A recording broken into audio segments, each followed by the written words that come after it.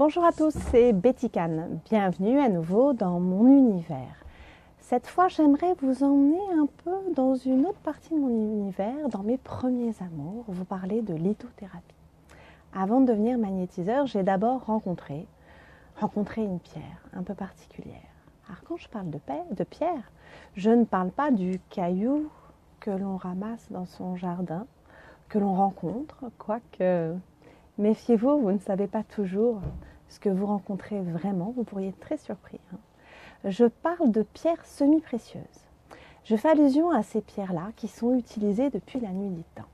Alors ce qu'on appelle une pierre semi-précieuse, c'est une pierre, à la différence de la pierre précieuse, qui n'a que quelques millions d'années, qui a plusieurs millions d'années, on va dire, alors que la pierre précieuse a des milliards d'années.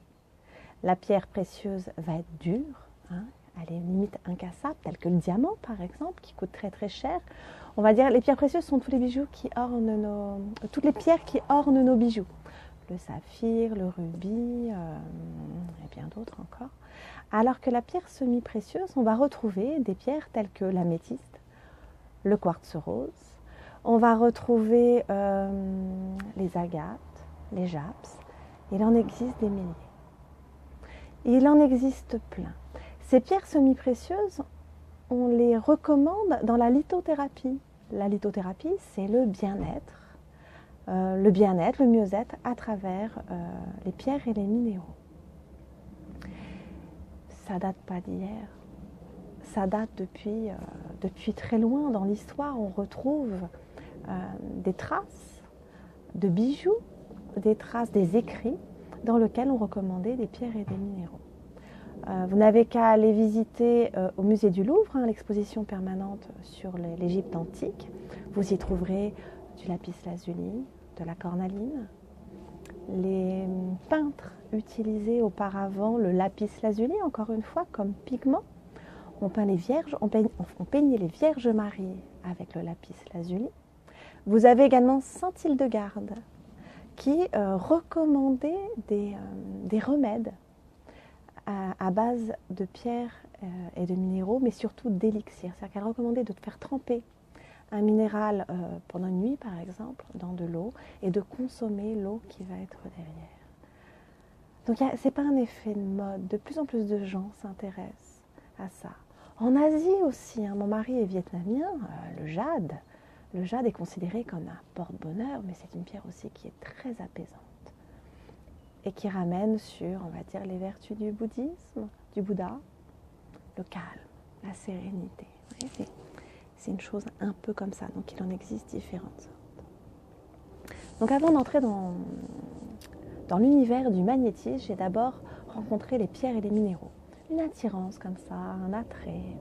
Et ça me plaît toujours de me dire que c'est auprès de Mère Nature qu'on peut trouver de quoi se soigner, de quoi s'apaiser ou de quoi simplement se sentir mieux. Donc pour moi, les minéraux, c'est des compagnons de vie. Le matin, quand je décide de mettre une pierre, je me dis laquelle va m'accompagner. Mon jade, par exemple, c'est celui qui m'accompagne au quotidien. Toujours, j'ai un jade sur moi. C'est vraiment ma pierre de prédilection. Alors, comment choisir une pierre ? On dit souvent que c'est la pierre qui nous choisit. C'est vrai, je suis une ancienne commerçante de pierres et de minéraux. Je pouvais observer, c'était d'ailleurs très très drôle. Quand une personne arrivait sur mon stand, elle avait tout de suite une attirance sur une pierre, elle la prenait dans les mains. Et après, pendant des fois un quart d'heure, des fois plus, elle hésitait, je ne sais pas trop ce que je veux, ce qui me ferait du bien, ce genre de choses. Et quand je lui décrivais les vertus de la pierre, au final, celle qu'elle avait dans les mains, elle était bonne. Et c'était exactement celle qui répondait à son besoin du moment. Mais des fois, j'entends des personnes qui auraient besoin de tel ou tel minéraux, parce qu'en fait, c'est un peu ça mon boulot, en tant que commerçante, c'est que surtout, je venais donner des conseils, recommander la pierre qu'il fallait à la personne. Puis elle me disait, oh, mais non, moi j'aime pas le vert. Oh non, le vert c'est pas mon truc. Moi j'adore le violet. L'améthyste, la pierre la plus vendue dans le monde, elle est séduisante. Le violet, je ne sais pas pourquoi, c'est une pierre qui plaît énormément. Mais des fois, la pierre qui va nous appeler, c'est pas vraiment qu'elle nous appelle, c'est qu'on va avoir une attirance, un attrait, parce que des fois, on en porte déjà beaucoup. Les pierres bleues m'attirent beaucoup, croyez-moi, en termes de communication, j'en ai bien assez. Je n'ai pas de problème en termes de communication, que ce soit des non-dits, des mal-dits, je sais pas, tant que bon Gémeaux, je n'ai pas de souci avec la communication, mais j'adore les pierres bleues. Parce qu'elles me ressemblent.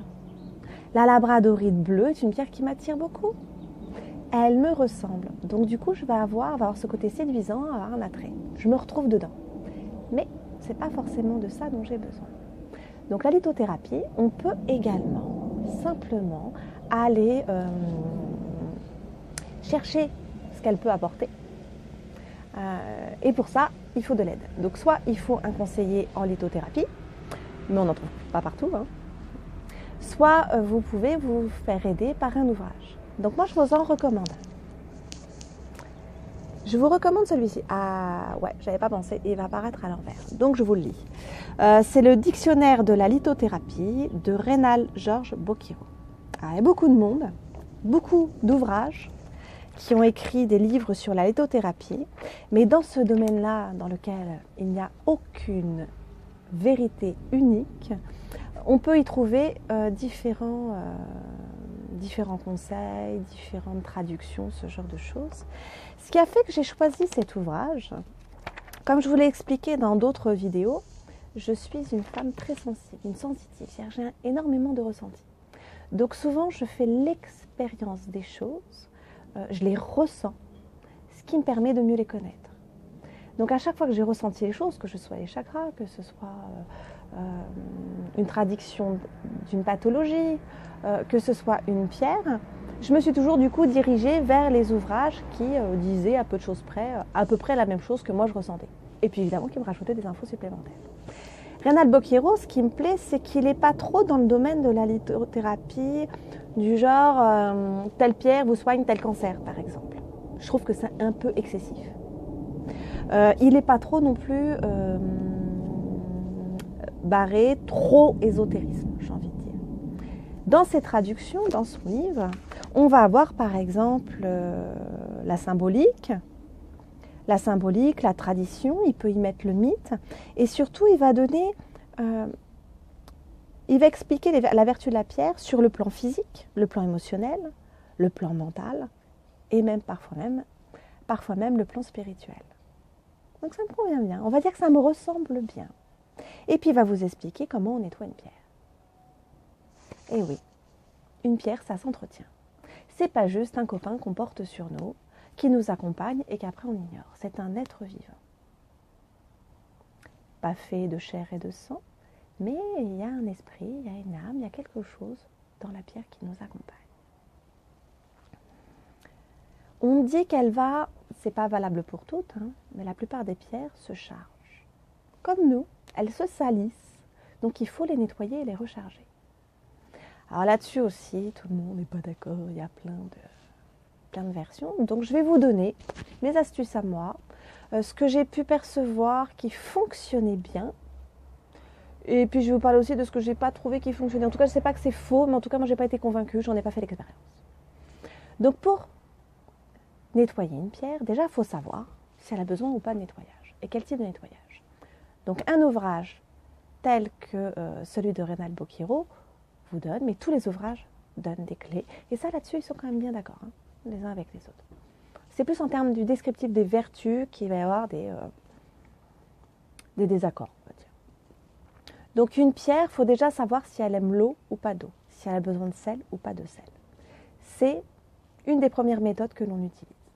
Dans les bouquins, on va lire eau distillée, eau déminéralisée, eau purifiée. Vous embêtez pas, de l'eau du fer à repasser. Pas l'eau minérale, l'eau déminéralisée. Vous prenez l'eau du fer à repasser, vous pouvez utiliser l'eau du sèche-linge, c'est la même chose, puis c'est écologique. On recycle, on l'utilise pour autre chose. Si vous n'en avez pas, que vous n'avez pas envie d'en acheter, vous pouvez utiliser de l'eau minérale que vous allez faire bouillir pour la déminéraliser. Donc l'idée, c'est de baigner la pierre, si elle aime l'eau, hein, parce qu'attention, vous avez certaines pierres qui n'aiment pas du tout l'eau. Vous prenez la sélénite, elle fond dans l'eau. Vous prenez la malachite, elle déteste le sel. Donc il faut être prudent là-dessus pour ne pas abîmer vos pierres. Donc si la pierre aime l'eau et le sel, vous la laissez baigner toute une nuit. Donc vous allez mettre une pincée de sel dans un verre d'eau, par exemple déminéralisé, et vous allez y plonger votre pierre, donc le récipient selon la grosseur de la pierre. Vous allez y plonger, par exemple, la bague, le bijou, le bracelet, avec une pincée de sel. Et moi, je ne m'embête pas, je laisse toute la nuit. Je laisse comme ça. Si vous avez l'occasion d'aller en bord de mer, les pierres qui aiment l'eau salée adorent l'eau de mer. En plus, c'est une eau qui est dynamique. Elle est très très bonne, l'eau de mer. Pour nous, pour se nettoyer aussi, se purifier, mais également pour les pierres. Vous prenez la labradorite, elle adore l'eau de mer. Elle va retrouver, en fait, c'est une pierre qui a un éclat, un reflet. Elle retrouve de son éclat, de son reflet. Quand elle est sale, c'est très visible, elle ternit, elle noircit. La malachite, c'est pareil. Quand elle est sale, au bout d'un moment, elle se désagrège. C'est assez bluffant. Moi, j'en ai sur mon stand. Au bout de quelques années qu'elles ont traîné sur mon stand, elles se désagrégeaient. Ou des gens qui me ramenaient un collier qu'elles avaient utilisé depuis des années, elles ne savaient pas que ça se nettoyait. C'est souvent un cadeau. La malachite qui est verte va noircir, mais vraiment se désagréger. C'est assez impressionnant. Donc j'en étais où? Donc pour la nettoyer, plongez toute une nuit dans l'eau et du sel. Si vous avez plusieurs pierres à nettoyer, vous pouvez les mettre ensemble. Ou des fois dans un saladier. Allez hop, un bain général. Donc si elle n'aime pas le sel, de l'eau tout court. Et puis il va y avoir d'autres moyens de nettoyer. Moi personnellement, je suis un peu feignante, j'aime bien que les choses soient un peu pratiques. Parce que j'ai une belle collection de pierres et de minéraux, parce que quand on met le nez dedans, on collectionne, on s'arrête plus, j'ai envie de dire. C'est comme ça, elles attirent, c'est une rencontre, pour moi c'est une rencontre. Partout où je me promène dans le monde, même quand je voyage, il faut toujours que je traîne sur les stands de pierres. Pourtant j'ai accès, j'ai des fournisseurs, mais je cherche toujours la rencontre, celle qui va me séduire. Ouais, par exemple, cette bague là, c'est une turquoise du Tibet, mais un coup de cœur, pourtant elle est brisée. Parce que c'est pas parfait une turquoise. Une turquoise qui est trop bien polie, en général c'est des fausses. La turquoise se travaille difficilement. Et oui, elles sont vertes les turquoises aussi. Turquoise du Tibet. Donc moi c'est une rencontre. Je m'éparpille où j'en suis. Donc pour les nettoyer, pour le côté pratique, dans mon cabinet, il y en a partout. Même dans ma maison, il y a une tourmaline qui traîne dans un coin, du quartz rose, du matériel que j'utilise pendant les soins, que j'utilise pendant des ateliers, parce que je forme, j'anime des groupes aussi. Donc c'est un peu compliqué, ça me fait quand même des sacrés kilos de pierres et de minéraux à tremper de temps en temps. Je mets l'encens. Vous pouvez utiliser des encens purificateurs. Attention, tous les encens ne purifient pas, ne nettoient pas. Et ça va nettoyer en même temps la pièce et l'environnement. Ça va nettoyer les recoins. La fumée va aller se nicher un peu partout où il faut dans la pièce. Et au passage, nettoyer les mauvaises énergies du lieu. Donc très bien, quand vous avez eu une grosse émotion dans une pièce, que ce soit une dispute, une mauvaise nouvelle, une grosse crise de larmes, ce genre de choses. Donc moi au cabinet, il y a énormément de gens qui passent et qui viennent déposer leur mal-être, des fois même des choses difficiles, puis même d'autres choses un peu plus ésotériques. Puis que de toute façon, quand je le nettoie, il faut bien que je nettoie, que je shampooine derrière. Donc j'utilise des encens. Alors moi, je vais vous recommander par exemple le Nak Champa. Encens Nak Champa, c'est des bâtons, donc des longues boîtes qui sont bleues. Donc le Nak Champa va être très très bien pour nettoyer la pièce et les minéraux. Et vous avez le benjoin. Moi j'aime bien, ça shampooine bien le benjoin. En grain, ça fait beaucoup de fumée. Et puis ça nettoie bien l'aura, ça nettoie bien vos énergies. Donc c'est bien même pour vous. Bon petit bain de Nak Champa. Pour shampooiner tout ça, c'est pas mal. Vous avez la géode d'améthyste. Ah, c'est génial depuis que j'ai ça au cabinet. Par contre, ça coûte très cher. La géode, c'est quoi? C'est la caverne d'améthyste. C'est caverne de pierres violettes. Ces pierres complètement fendues et à l'intérieur de plein de cristaux violets. Donc je ne parle pas de la druse. La druse, c'est le morceau d'améthyste. La druse, c'est vraiment, il faut que ça ait cette forme de caverne. L'améthyste, sous forme de géode, a la particularité de pouvoir purifier et recharger. Parce qu'on verra après, on recharge aussi les pierres. Donc le magnétiseur même peut décharger ses mains après un soin dans l'améthyste, dans la géode d'améthyste. Bon, au cabinet, j'en ai une très grande, c'est un cadeau que m'a fait mon gentil mari. Elle a fait bien 30 cm de hauteur. Elle est en face de moi quand je fais mes soins. C'est un véritable aspirateur. Vraiment, il y a un bon entretien de l'énergie. Puis en plus, ça harmonise l'énergie. Plus la pierre est grosse et plus elle va avoir un impact environnemental, j'ai envie de dire. Donc l'améthyste, la petite caverne, et ben, quand j'utilise mes pierres, par exemple, de chakra, je les mets dedans. Ce qui est génial, c'est que ça fait tout. Ça nettoie, ça recharge. C'est facile. Je ne me pose pas la question. Sel, pas sel, eau, pas eau. C'est simple et pratique. Ce que je n'ai pas dit, en encens, vous pouvez utiliser aussi la sauge. Vous savez, comme la sauge blanche, comme font les Amérindiens. Ça fonctionne très bien. C'est un très très bon produit, facile à trouver. Alors, pas une obligation d'utiliser les bouquets de sauge qui est vendu dans les rayons chamanistes, ce genre de choses. Ça coûte une fortune. Vous pouvez en acheter en bio. Il faut qu'elle soit blanche. Celle du jardin, elle ne brûle pas assez. Elle n'est pas nulle, mais elle ne brûle pas assez. Ou alors, en pharmacie, on peut en trouver la sauge médicinale. Sauge blanche, il faut qu'elle soit blanche. Moi, ce que j'aime moins, c'est que ça pue un peu Bob Marley, je trouve. Quand je sors du cabinet et que je vais chercher mes enfants à l'école, je préfère sentir le nac champa que la sauge. Ça sent un peu fort. Moi, j'apprécie pas trop l'odeur. Mais c'est très efficace. Quoi d'autre? On parle des ondes de forme. C'est possible. Personnellement, j'ai pas toujours trouvé ça suffisant sur certaines pierres. Ce que j'ai essayé qui n'a absolument pas fonctionné, c'est la coquille Saint-Jacques de chez Picard. C'est mort. Action zéro.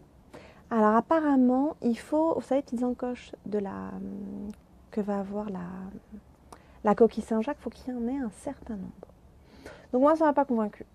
Ça, les ondes de forme, je ne suis peut-être pas tombée encore sur l'onde de forme qui est efficace, mais pour le côté nettoyage, je ne suis pas convaincue. Il n'y a qu'une onde de forme que je trouve très efficace en termes de protection, c'est le sceau de Salomon. En termes de protection, en termes de purification, je ne suis pas encore convaincue. Je ne dis pas que c'est faux, mais je ne suis pas convaincue. J'ai trop observé mes pierres de protection qui avaient encore besoin de nettoyage derrière. Pour les nettoyer, on peut aussi les magnétiser ou faire du Reiki pour ceux qui maîtrisent. Mais pareil, ça fait beaucoup de boulot quand même. Ça fait beaucoup de boulot. Et puis je vois encore une fois ma labradorite par exemple, elle aime bien l'eau. Je la mets dans ma géode d'améthyste, mais il n'empêche que quand je la mets dans de l'eau salée ou de l'eau de mer, elle est plus éclatante. Donc c'est pas nul, mais c'est pas forcément ce qu'il lui faut à elle. Hein, c'est vraiment ça, de quoi a besoin la pierre. Un truc qui marche vachement bien aussi. Et pareil pour nettoyer les lieux. Le bol tibétain. Alors on chasse tout avec le bol tibétain. Les vibrations en plus qui sont très très longues du bol tibétain est très efficace pour nettoyer un lieu et les minéraux. Et tout instrument. C'est vraiment ça chasse. Vous savez, la vibration perdure longtemps, c'est comme si ça chasse. Ça chasse plein de choses, croyez-moi. Donc voilà, c'est ce qu'on revoit le plus. Il y en a certaines qui n'aiment pas l'eau, mais qui aiment le sel. Donc on peut les poser dans une coupelle de sel pour certaines pierres.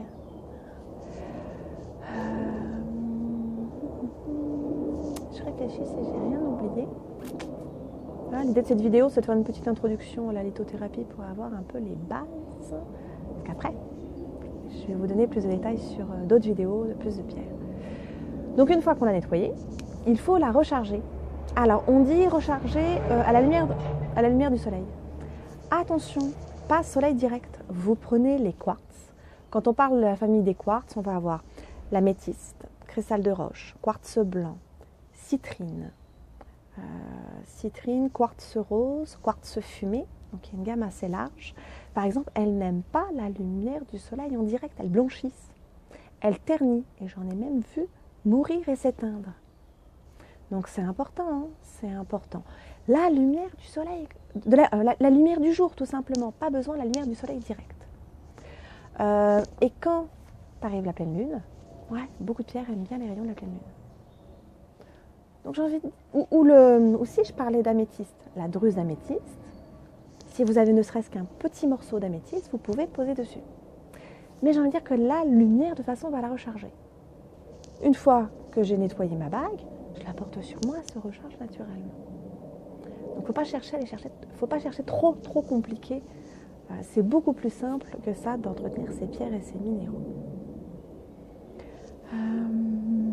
Si, tiens, une anecdote pour vous montrer à quel point aussi on doit nettoyer, purifier ces pierres. Mon mari est d'origine vietnamienne et une coutume, j'ai envie de dire, chez les Vietnamiens, les femmes donc portent un jade au bras. Ouais, c'est un petit peu la signe. Vous voyez une femme avec un jade vert au bras, il y a des bonnes chances qu'elle soit mariée avec un Chinois ou un Vietnamien. Donc elle m'avait offert un jade que j'avais enfilé mais que je ne pouvais plus enlever. J'ai une main un peu large comparée aux vietnamiennes. Puis croyez-moi, j'avais un bel hématome quand elle me l'a mis. Donc il n'était pas question que je l'enlève. Et bien, à force de magnétiser, de ne pas pouvoir l'enlever et la nettoyer, au fur et à mesure des années, ma belle-mère était surprise de voir ma pierre blanchir. Elle me disait, c'est curieux, en général le jade avec le temps fonce. Bah ouais, mais vu le nombre de personnes que j'ai magnétisées, vu le nombre de mauvaises énergies que j'ai dû extirper, bah la pierre elle en a pris et puis je ne pouvais pas la nettoyer. Bah, elle est morte sur moi. Au bout d'un moment, elle était complètement éteinte, j'ai dû la casser. Donc quand une pierre casse, on fait quoi? On l'enterre. On la redonne à la terre. D'accord?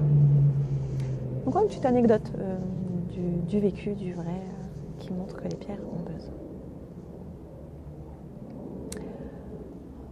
Donc voilà les principales manières d'entretenir ces pierres. Et après, faut s'aventurer. Il faut faire connaissance avec les pierres. Un bel ouvrage, se laisser séduire par la pierre, prendre bien conscience que c'est un être vivant que l'on va considérer. C'est vraiment ça, il faut considérer sa pierre. Certaines personnes vont dire aussi, oui mais non, mais une pierre brute c'est mieux qu'une pierre polie. Pourquoi? Parce quand elle est polie, elle va subir des transformations. Elle va être altérée. Déjà, rien que pour extraire la pierre, ils utilisent de l'explosif. Donc déjà, elle a un peu morflé la pierre. Hein. Mais après, c'est vrai qu'elle va être passée dans des espèces de tonneaux de sable pour les polir. Elles vont être lustrées, elles vont être modifiées. Donc c'est vrai que comparé à une pierre brute, elle aura vécu. Mais ça ne veut pas dire qu'elle n'est pas efficace. Du tout. On ne fait peut-être pas le même travail, mais ça ne veut pas dire qu'elle est efficace non plus. Prenez une personne qui a beaucoup souffert, ça ne veut pas dire qu'elle ne sert plus à rien. Non, non, elle peut avoir un gros passif et puis ça n'empêche pas, même des fois, d'être une personne plus stable que certaines personnes qui n'ont rien vécu du tout. D'accord ? Donc, vous attachez pas à ça, voyez simplement l'affinité que vous pouvez avoir. Moi, des pierres, je les aime bien brutes. Je les aime bien, j'aime bien les avoir juste comme ça dans mon environnement. Et puis, il y en a certaines, je les aime bien taillées. J'ai un beau cristal de roche taillé en forme de sceau de Salomon, par exemple, avec lequel je fais un travail un peu particulier dans mes soins. Aventurez-vous. C'est des rencontres, la lithothérapie. Aventurez-vous et puis laissez-vous guider. Des fois, répondez simplement à un besoin. De quoi j'ai besoin en ce moment? Si vous vivez un deuil, par exemple, mettez du quartz rose. Hein? Moi, je n'ai jamais eu envie de porter de quartz rose, mais dans des moments difficiles, ça peut être très utile, un quartz rose. Voilà. Voilà, l'idée aujourd'hui, c'était de faire une petite introduction sur la lithothérapie. Et par la suite, j'enchaînerai avec des vidéos où je parlerai de pierres assez courantes. Mais surtout, la prochaine abordera les pierres de protection. Parce que la vidéo juste avant parlait du besoin de protection. Donc la prochaine sera vraiment dédiée là-dessus pour vous donner des outils pour vous protéger, pour vous faire du bien. Et promis, par la suite, j'irai aborder quelques pierres qui sont un peu courantes. Ok. Bon, bah, j'espère que j'ai été claire. Hein. Je suis un peu partie dans tous les sens à des moments, mais c'est moi, bon Gémeaux, spontané. J'espère que cette vidéo vous a plu, qu'elle va vous apporter. Et si c'est le cas, n'hésitez pas à liker, à partager et à vous abonner sur ma chaîne YouTube. En attendant, je vous souhaite une belle journée d'automne et puis je vous dis à bientôt. Au revoir.